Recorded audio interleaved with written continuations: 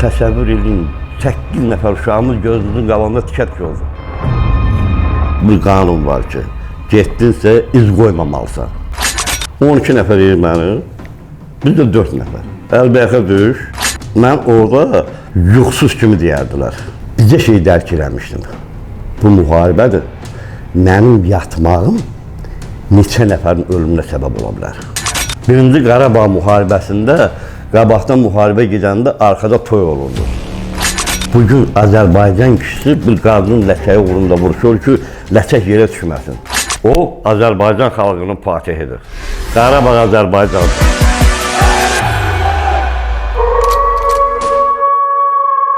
Mən orada yuxsuz kimi deyərdilər.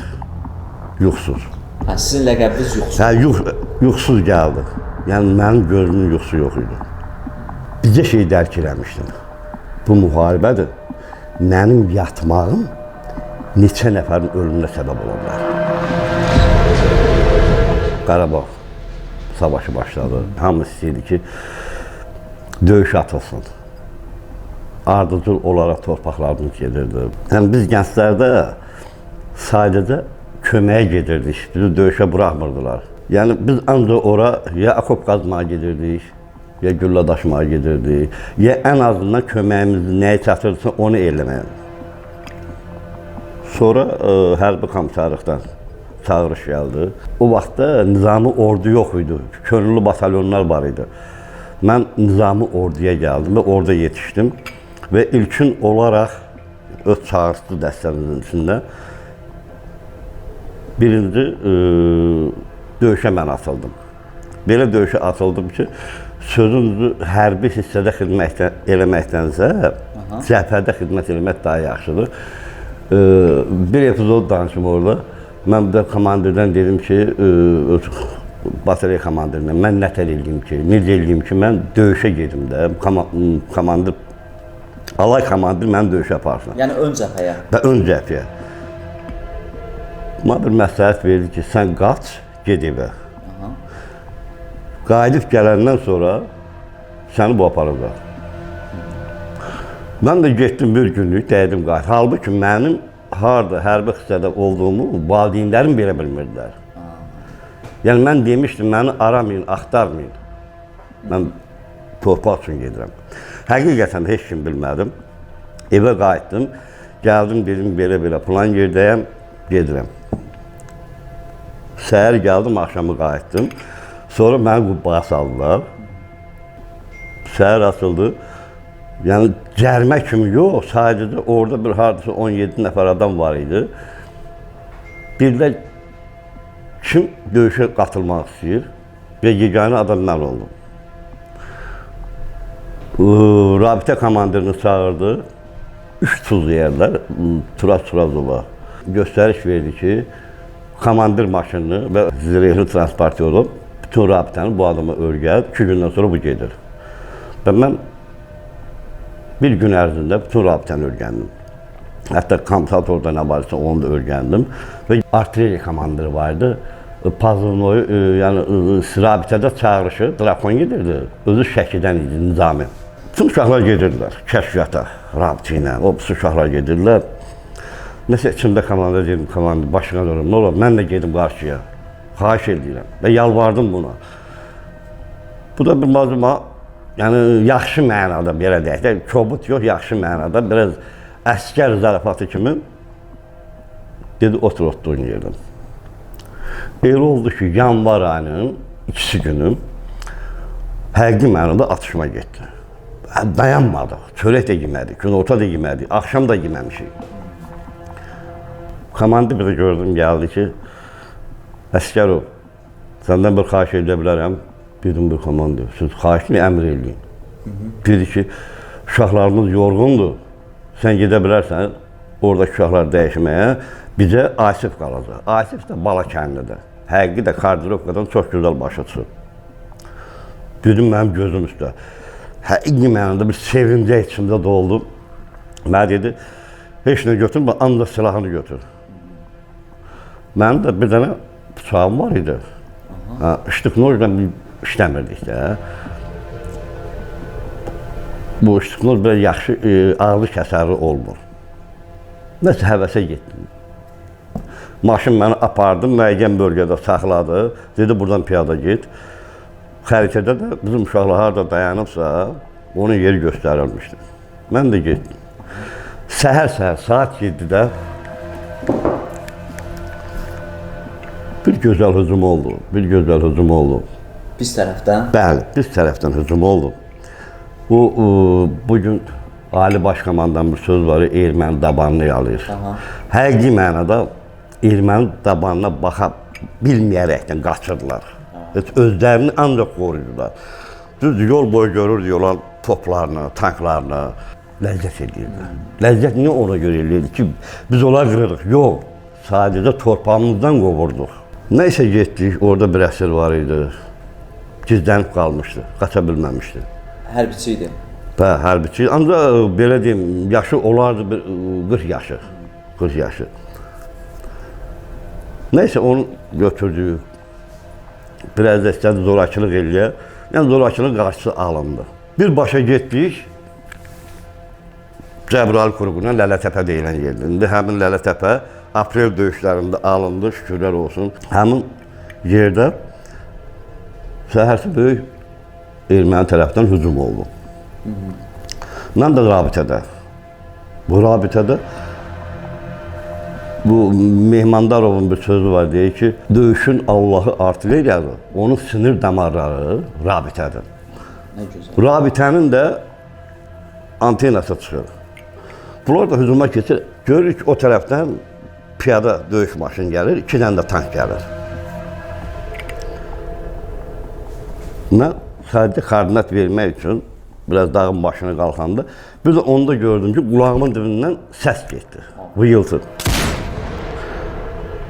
İlçin var idi, o vaxtda AMON dəstəsi vardı, Masallıdan idi həmin İlçin. Məni yıxdı. Dedi, ehtiyatda ol, snayper səni vurur. Dedim, yox, mən xəbər verməliyəm.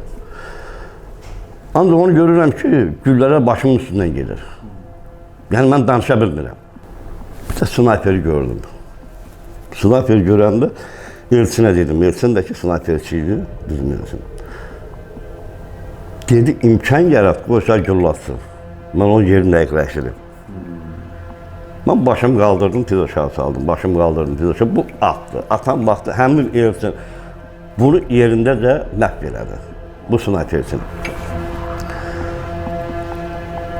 Yalan olmasın, olardı da bu 600 nəfərdən çox idilər. Bizim uşaqlar onu gördü ki, getdilər, həmin o tankı da vurdular. 2 dənə piyada döyüş maşınını vurdular. Bizə xəbər gəldi ki, bayaq dedim Drakondan, orada minamyot işləyir. Minamyotu tapın. Həmin vaxtda ermənilər gəlib sağ tərəfdən, Lələtəpə tərəfdən də bir balaca, qoy belə deyək də, təhqir olmuş kimi çıxmasın, biraz komandirlərimizin döyüş üslubu. Həmin vaxt sef şəklində gedilməli idi. Bizimkilər cərgə formasında getdilər. Minamyot gəldi, vurdu. Həmin günü çox oğlanlarımız getdim. Qərar gəlir ki, biz minamyotu tapmalıyıq. Asiflə getdi, dedim, Asif, gedirik. Araz qırağı vurulur. Sağ tərəf erməni. Yuxarı Lələtəpə, bir dənə arxamız boşdur. Arxadakı yenə gülləyə nişangahdır. Minamyot vurur. Biz getdik sürünə-sürünə, həmin Lələtəpənin iç tərəfinə, azda başımızı yuxarı qaldırmaq istədik. Bu rabitə də mənim qulağımdadır, papaq kimi. Mən də hər sözü eşidən, mənim ancaq qulağım buradadır. Belə də bağlamışam. Bir də bu yanımdakı oğlan qayıtdı, dedi ki, Asif, yerə uzan, yerə uzan. Mən də başa düşmədim. Təpədəyik bir baladır, harca 2 metr yüksəklikdə, aşağıda da 4 nəfər gəlir piyadalarımızdan. Bir də gördük, böyrünə minamyot düşdü. 3 nəfər yerində tələf oldu, 1 nəfər yaralandı. Gördüm bu nəsə deyir mənə. Mən də istədim buna cavab verəm ki, nə deyirsən başa düşmürəm. Hətta özüm öz səsimi eşitmədim. Bu həmin Asif tez qulağımdan çıxartdı Rabitənin telefonunu. Qulağımın möhkəm bir şapalaq vurdu. Elə bir başımda qalan səs bu qulağımdan gelmiş ki, bu qulağımdan da çıxdı. Nəsə çıxdıq yuxarı dağın başına, həmin yer tapdıq. Ermənilər minamyota hardan işləyirsə. Birik gedək, həm bəyəkki olan hədəfimizdən oranı vuraq. Çünki buradan vurmaq mümkün deyildi, danışmaq da mümkün deyildi. Gəldik, gördüm, rabitə işləmir. Rabitəyə baxdım, gördüm, arxa alt tərəfindən bunun daşı düşür. Bir arxa tərəfə baxdım ki, 20 metr aralıda sənin məftil ilişər buna, bir süründən baxdım. Məftil ilişər, batareya düşür. Ayşə dedim, sən get, mən daşı götürüb gəlirəm. Bu dedi, gəl, dedim, mümkündür və yəni biz rabitəyə çıxmalıyıq. Qayıtdım, onu götürdüm, ayağım məftilə ilişdi. İlişməyimlə 1 metr arxa tərəfə minamyot düşdü. Yəni, bu düşən qəlpələr həmişə ağzı yuxarı gedir. Ben Allah qorudum, ola bilsin ki, yəni yıxılmasaydım, belə də ola bilərdim. Baxdım ki, Asif çatıb. Bir barada içində də qorxu döydü. Yəni, məsuliyyət məsələsi var idi. Mən rabitəyə təcili çatmalıyam. Çünki əmr verilir. Asif gördüm, çatıb, əlinlə işarə edir. Yəni, gələndə sürünə-sürünə gəldim. Dedim, yox, siqarı qoydum, bağladım, qulağıma keçirdim, qaça-qaça. Onu gördüm ki, bir dənə top gəldi. Yəni, artıq rabitə məndədir. Yəni, həmişə düşman rabitəni vurub birinci. Ya təhmən yox, başqa bir rabitəsi də olub. Getdik, çatdıq. Mən koordinatı verdim, dedim, filan kəs oranı yaxşı görür. Bırakın da onu da dedi, yox, görmürəm. Dedim, spişkasını deyirəm, yəni o qalxanda spişka izi verir. Burasını görürəm. Dedi, işlə. Kimlə işləmək istəsəm, yəni toplarımız var idi. Dedim, adlarla dedim ki, filan kəslə işləmək istəyirəm. Dedi, keç filan kanala. Keçdik. İkinci ssenaryada həmin minamyot ərazisindəki güllələrlə bir yerdə darvada yarıldı.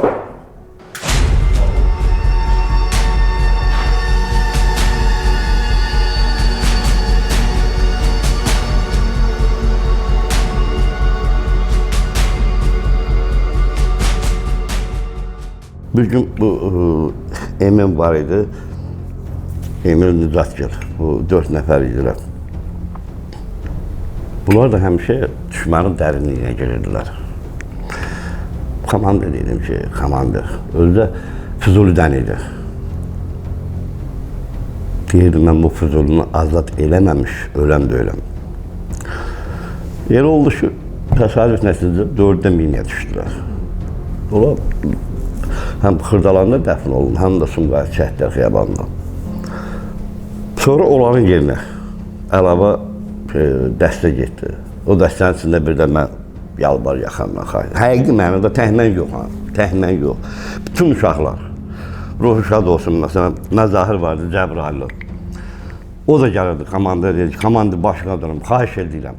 Burax gedin. Bizə icazə ver. Məsələn, həmin oğlan elə gözəl nabot gedir, çox gözəl. Yəni bu adam 4 qradın 4'ünü də birdən işlədirdi. Buradan bunu düzəldirdi, keçir, o birisini düzəldirdi, sonra keçir, o birisini düzəldirdi. O qədər sürə içindəki o vətən həsrəti, torpaq həsrəti deyirdi ki, ermənilər deyir, mənim torpağım əlimdən alıb, mən evdə yata bilmərəm. Yəni qan tərin içində buna su gətirdiyim su lazımdır. Mənim suyum oradadır. Mənim suyum Cəbrayıldadır. Ruhu şad olsun bütün ölənlərimizə. Bir gün mən də getdim. Birdən də, mən yenə deyirəm, o həmin bıçağı özümlə aparmışdım. 4 nəfər komandir, 3 dənə də əsgər. Girdik ki, qəfildən, tikinli havadır. Qəfildən ermənilərlə üzbəüzə gəldik.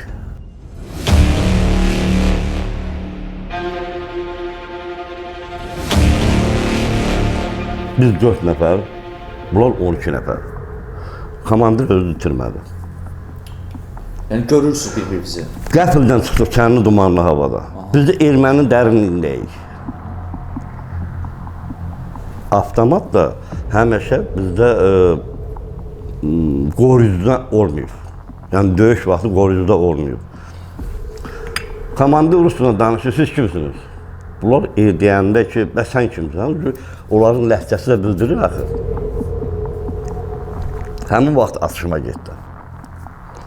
Və üstəgə əlbəyaxa döyüş getdi. Ara məsafəniz nə qədər olardı təxminən? 10 metr. 12 nəfər erməni, biz də 4 nəfər. Əlbəyaxa döyüş, bunların üzərində 12 nəfər qələbə çalandan sonra biz onları müəyyən obyektlərini nəzərə götürdük. 12-sini də məhv elədiniz. 12-si də məhv oldu. Və orada döyüşün də bir qaydası var da, kontrol atış. Buradan sayqalar arxadan vurar. Kontrol atışı, yəni vurursunuz, lap əmin olmaq üçün. Əmin olmaq üçün ki, yəni bu artıq oldu. İkinci bir güllə, yəni başından vurursunuz. Ürəyindən, başından, yəni ən azından. O yerləri komandir artıq mənə xəbər verdi ki, filan yerdən, filan yer vurulmalıdır. Həmin yerdə də onlara komandirləri oturmuşdu ki, orada da rabitə maşını var idi. Belə üstlərində düzəltmişdilər. Baxırdın ki, xeyli də komandir maşınlardır. Bunu çatdırdım. Yarım saatdan sonra həmin hədəf məhv oldu. Haradasa orada yox idisə, bir 30 nəfər adam var idi. Sonra qayıtdıq, gəldik. 2 gün qaldıq orada, müəyyən işlər gördük, koordinatlar götürdük, sellər götürdük, hədəfləri götürdük, yazdıq. Sonra komandir onu nasional qafiyəyə təqdim elədim. Bəs siz orada 2 gün qalanda o yeməyiniz, içməyiniz nə olurdu? Nə yeyirdiniz, nə ilə qidalanırdınız? Biz özümüzdən yemək aparırdıq da. Yemək. Biz ancaq yeməyin nə idi? Konserva. Biz çox yemək yemirdik. Yəni apardığımız yeməklər də biz bilirdik ki, erməni biləcək ki, bu konserva Azərbaycana məxsusdur. Və hətta onu bastırırıq ki, bilməsinlər ki, buraya kəşfiyyata gəldilər. Yəni o bir qanun var ki, getdinsə iz qoymamalısan.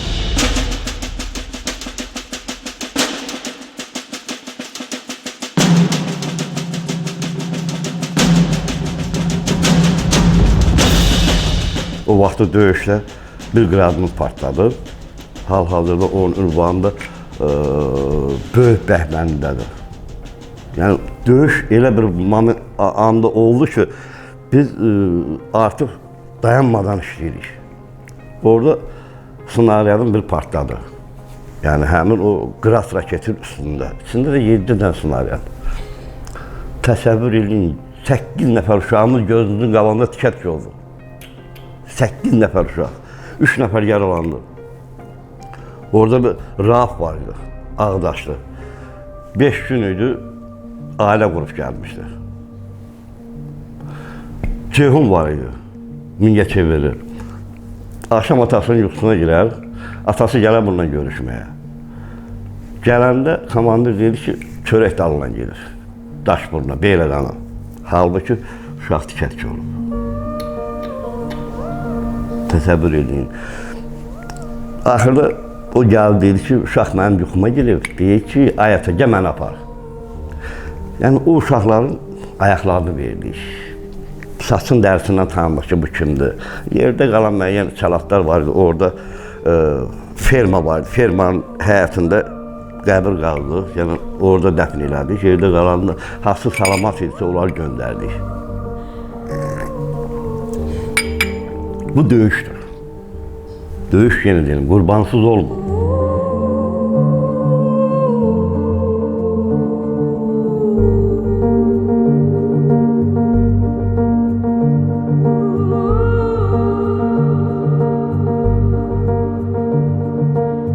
Birinci Qarabağda həqiqi mənada o vaxt komanda işləyirlər. Yox idi. İdarə edici yox idi. Hər tərəfdən bir əmr gəlirdi, hər tərəfdən bir göstəriş gəlirdi. Yəni, o boyda faciələrin hamısı, qurbanların hamısı bilinmirdi kim tərəfindən gəldiyini. Ancaq bugün həqiqi mənada fəxr edirsən. Xalq, Ali Baş Komandanlandı. Ali Baş Komandan, xalqlandı. Bugün müharibə təhki Qarabağda getmədi, həm də arxada getdi. Birinci Qarabağ müharibəsində, qabaqdan müharibə gedəndə arxada toy olurdu. Ancaq Qarabağ müharibəsini oğlu iştirak edən deyirdi ki, müharibədir. Bugünsə o toy olmadı. Bugün arxadakılar da qarşıdakilərlə bərabər döyüşdü. Xoşbəxtliyin nədədir? Bir daha xoşbəxtliyimiz ondadır ki, torpağımız geri qayıtdı. O tək vətən müharibəsi deyildi. O şərəf müharibəsi idi. Ləyaqət müharibəsi idi. Qeyrət müharibəsi idi. Ləçək müharibəsi idi. Bugün Azərbaycan kişisi bir qadının ləçəyi uğrunda vuruşur ki, ləçək yerə düşməsin. Bugün o bayraq bu xalqın ləçəyidir. Tək atribut deyil. Bayraq dövləti təmsil eləmir. Bayraq həm də xalqı təmsil edir. O şəhid valideynlərinə başınız düzsün deyirəm. Siz elə bilirsiniz ki, oğlunuzu, övladınız sözünüz yox. Siz övladınızı yenidən tapdınız. Dünənə kimi övladınızı tanımadığınız halda bugün tanıdınız. Dünənə kimi övladınızı övlad gözündən baxdınız. İndi bugün xalqın oğlu gözündə baxırsınız. Mən öləndə 5 nəfərlə dəfn edəcəklər. Ancaq bir şəhidi il-oba dəfn eləmək bundan böyük fəxarət hissi yoxdur. Əgər bir şəhid dediyimiz kəs torpağı qanla suluyursa, o torpağın bərəkətini, neymətini yığışdırmaq olmaz. Mən özümü həmin valideynin yerində qoyuram. Övladı şəhid olanım. Mənim əgər övladım şəhid olsaydı, düz gözündən yaş çıxardı. Ancaq mən onu zurna balamanla dəfn eləyərdim.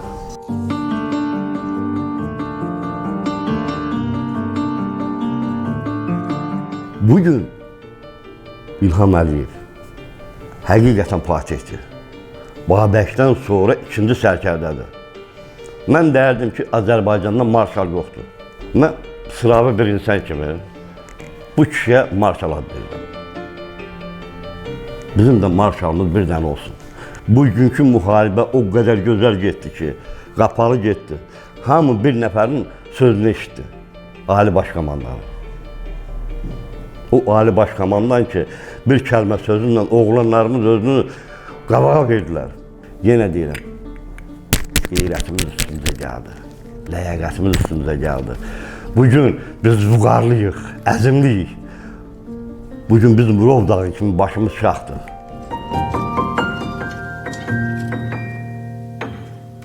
Əzim Ordubada, yol gedər Ordubada. Komandir yaxşı olsa, heç getməz Ordubada. Başkanım, o vaxt yox idi, Ordubada getdi. Bugün ordu bada getmədi, ordu Ordubada gedir.